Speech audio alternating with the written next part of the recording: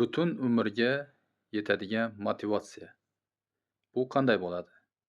Butun umrga yetadigan motivatsiya bu ertaga yoki bo'lmasa bugun 12 da o'lasan desa, nima ishlar qilgan bo'lardingiz? Behudaga o'tirgan bo'larmidingiz? Behuda g'iybat qilarmidingiz? Behuda bo'lmasi ishlarni qilarmidingiz? Yo'q, albatta. Mana bu haqiqiy motivatsiya. Keyinam ko'p odam o'ylashadi, bitta urinib ko'raman, menda o'xshamayapti, menda o'xshamayapti. 100 marta o'xshamasa ham hech qisi yo'q. Masalan, bitta nishonga urish uchun 100 ta xatolar yotadi uni orqasida. Bitta nishonga urish uchun, masalan, kamonni otadigan odam bitta nuqtaga tekkisish uchun 100 ta xato qiladi. 100 ta nayza otadi. Kamida 200 ta ham bo'lishi mumkin va hokazo.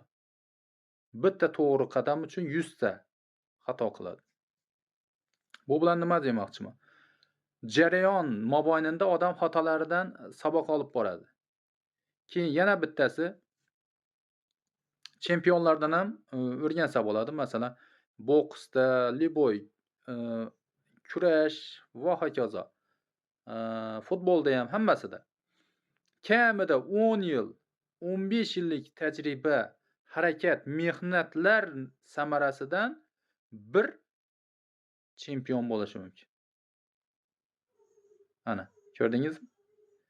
Chempion bo'lgan kunini ko'rmaysiz, uni oldingi 10 yillik mehnati yotibdi uni. 10 yil mehnat qilgan u. Bitta chempion bo'lish uchun 10 yil mehnat qilgan u. Shuni ham eslab qo'yish kerak.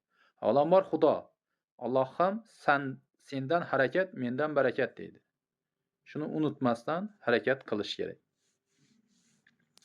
Haqiqiy motivatsiya bu ertaga o'lib qolsam nima bo'ladi deb o'limga hamisha tayyor bo'lib yurish haqiqiy motivatsiya bo'ladi. Shayton shunday paytda aldaydi. Hali sen o'lmaysan, umring uzoq bo'ladi deb aldaydi. Shaytonga aldanmaslik uchun bugundan, hozirdan harakatni boshlang.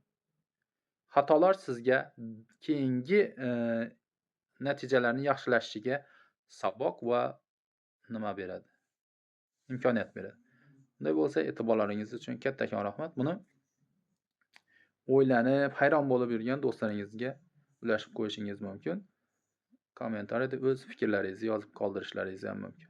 Bunday bo'lsa, e'tiborlaringiz uchun kattakon rahmat. Assalomu alaykum va rahmatullohi va barakatuh.